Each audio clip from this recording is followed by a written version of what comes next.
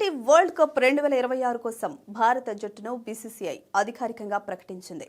అయితే young player Shubman గిల్ను పూర్తిగా జట్టుకు దూరం పెట్టిన విషయం తెలిసిందే. ఇప్పటి వరకు వైస్ కెప్టెన్ గా కొనసాగిన గిల్ను ఆ బాధ్యత నుంచి తప్పించింది.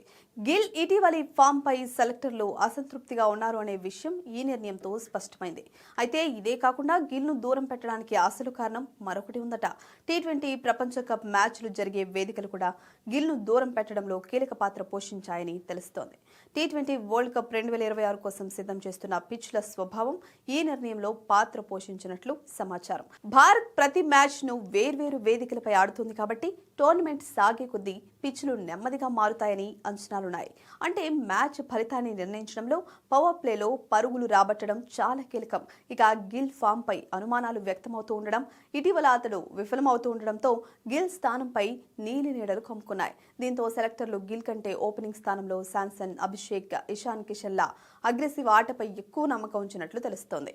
అందుకే గిల్ను తప్పించినట్లు సమాచారం. కాగా గిల్ను జట్టులోకి తీసుకోకపోవడానికి బీసీసీఐ చెప్పిన కారణం దీనికి విరుద్ధంగా ఉంది. కాంబినేషన్స్ కారణంగా జట్టులో గిల్ తన స్థానం కోల్పోయాడని BCCI selection committee chief Ajit Agarkar చెప్పాడు. కాంబినేషన్స్ చూస్తూ జట్టులోకి 15 మందిని తీసుకున్నప్పుడు ఎవరో ఒకరు మిస్ అవ్వాల్సి ఉంటుంది. దురదృష్టవశాత్తు అది గిల్ అని చెప్పాడు. గిల్ మంచి ఆటగాడు కాదని కాదు అని మీడియా సమావేశంలో చెప్పాడు. మరోవైపు జట్టులో ఫినిషర్ రోల్ విషయంలో హార్దిక్ పాండ్యాపై టీమిండియా ఎక్కువగా ఆధారపడుతోంది.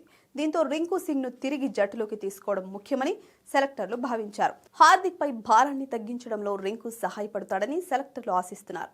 కాగా ఐసీసీ టీ20 వరల్డ్ కప్ 2026 ఫిబ్రవరి 7 నుంచి మార్చి 8 వరకు జరగనుంది. భారత్, శ్రీలంక సంయుక్తంగా నిర్వహించనున్న ఈ మెగా టోర్నీలో పాకిస్తాన్, శ్రీలంక మ్యాచ్లు శ్రీలంక వేదికగా జరుగుతాయి.